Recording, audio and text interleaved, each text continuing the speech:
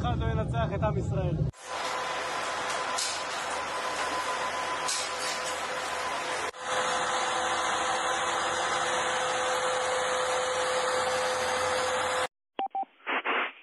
תחנות פיקוד הדרום, כאן קודקוד. אנחנו יוצאים למתקפה על החמאס וארגוני הטרור ברצועת עזה. מטרתנו היא אחת, ניצחון. לא משנה כמה תהיה ארוכה הלחימה, כמה קשה, אין תוצאה אחרת מלבד ניצחון.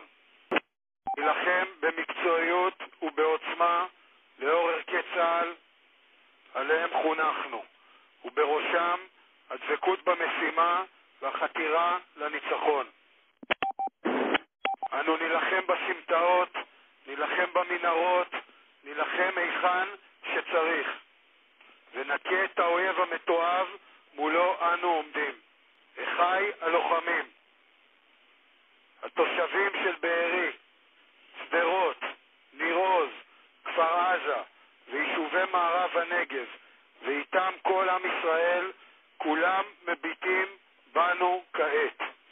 כמוני, גם הם סומכים עליכם ומאמינים בכם. אתם דור הניצחון. כאן קודקוד, נו למשימותיכם, הכו באויב, סוף.